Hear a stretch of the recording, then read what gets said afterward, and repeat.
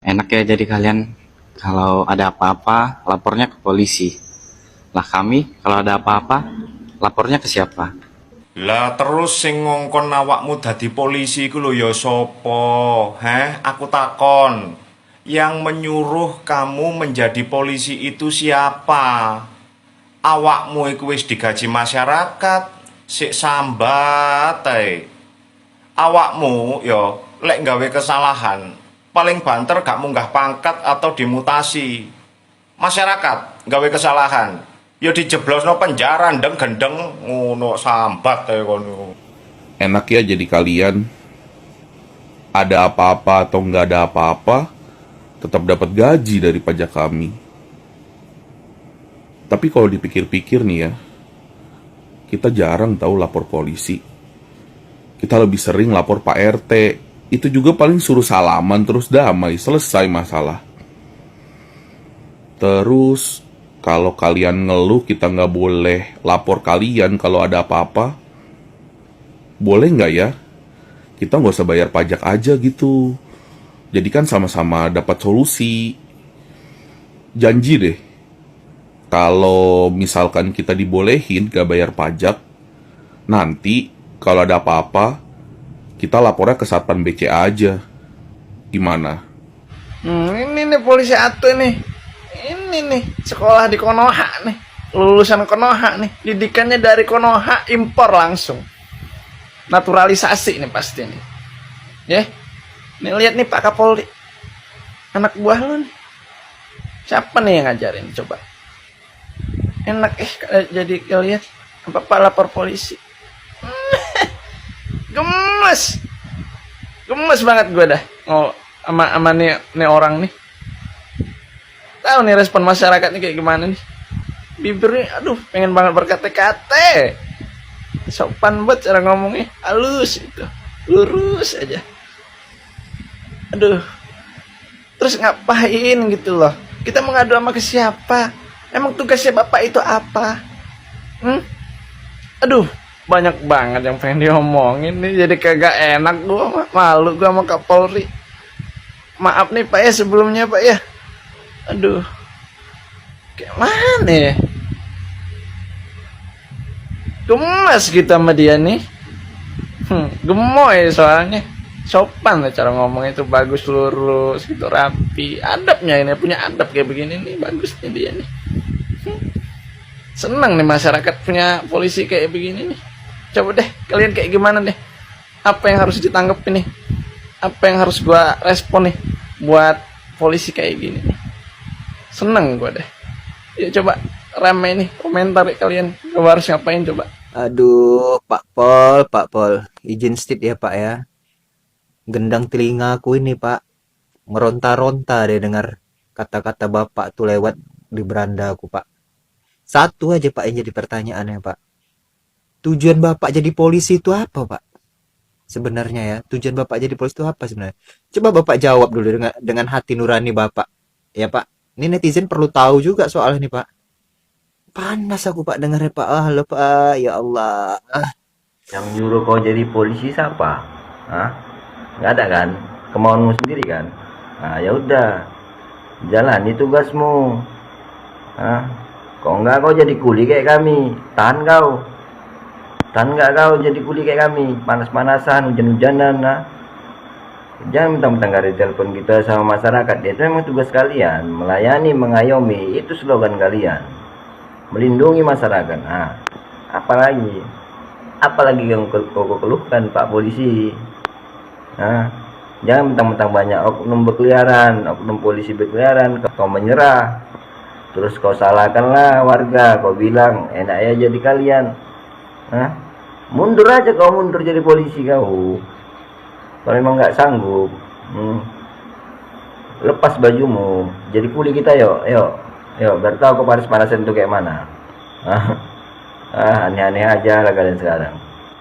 Giliran dikritik dibilangnya ngejelekin instansi karena yang ngelakuin cuman oknum.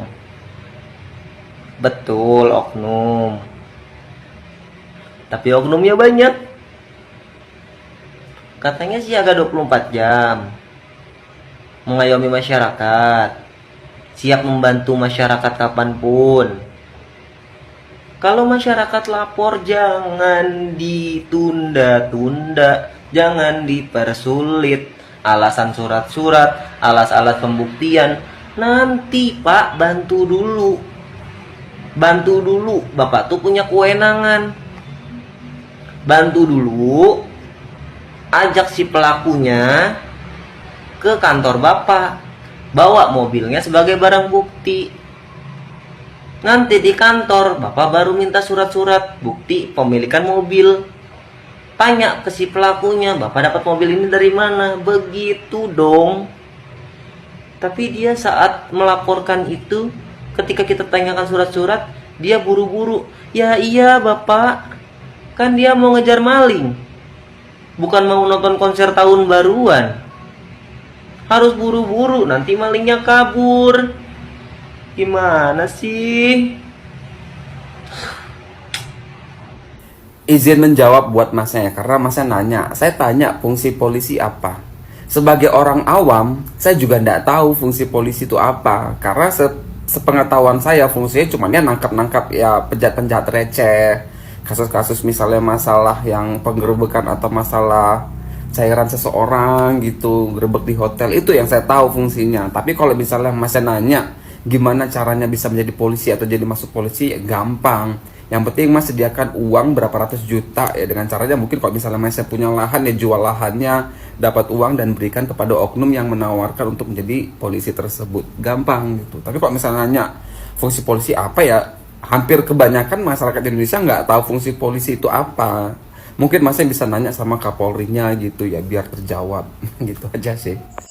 Bapak ini mengatakan seandainya polisi yang tertembak, siapa yang disalahkan? Mungkin Bapak ini nggak banyak baca atau kurang pengetahuannya. Ada itu formulir yang harus diisi setiap calon polisi.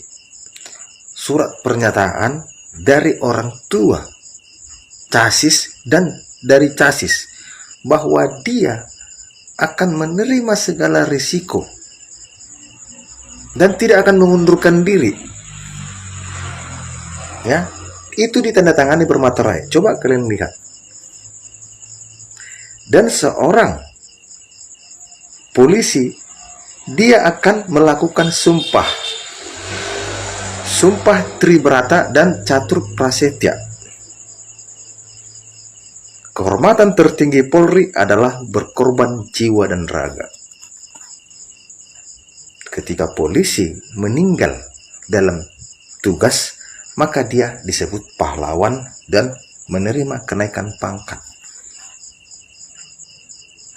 Jadi, perlu kita sadari juga, ketika calon siswa menjalani program mulai dari perekrutan, tes pertama, ya, administrasi sampai ke pantohir, itu semua dibiayai negara dari uang rakyat, pajak rakyat. Setelah diterima, lalu digembleng dari nol sampai dilantik menjadi anggota polisi, semua itu biayanya negara. Bahkan sampai ditempatkan, ditugaskan dimanapun, itu semua biayanya negara, dan anggota Polri sudah siap dengan resiko itu. Bahkan kalian menjalani pendidikan keterampilan bela diri dan menembak. Itu duitnya dari mana? Dari pajak rakyat. Si miskin dan si kaya berkontribusi untuk kalian semua, anggota Polri. Yang kalian pakai itu, yang diberikan negara itu kepada kalian, itu semua dari pajak rakyat. Siapapun rakyat Indonesia berkontribusi kepada kalian. Makanya kalian tidak tahu diri. Ketika ada masyarakat kecil meminta tolong kepada kalian, kalian cuekin. Padahal dia berkontribusi untuk membeli kancing bajumu itu. Kompolnas malah membela polisi, mengatakan polisi sudah sesuai prosedur menangani laporan bos rental mobil. Geleng-geleng aku bacanya. Ini dia. Terus sekarang aku tanya, tujuanmu dulu jadi polisi itu apa? Kamu seleksi jadi polisi, terus diterima, dibayarlah sama masyarakat. Sekarang kamu membanding-bandingkan. Kalian enak kalau ada apa-apa bisa lapor polisi. Nah, saya lapor ke siapa? Ya ke temen. Nah, kemarin baru aja ada kasus 50 oknum polisi keroyok kader HMI. Itu kan berarti ada satu orang nih polisi. Satu orang polisi kena masalah. Dia menginfokan ke teman-temannya untuk nolong dia. Nah, terus Anda tanya, terus kalau kita nanti ada masalah, kita lapornya ke siapa? Ya ke teman-teman kalian, orang aksesnya gampang. Nah, orang ini ngomong kayak gitu, itu seolah-olah kayak akses untuk lapor ke temennya itu susah gitu loh.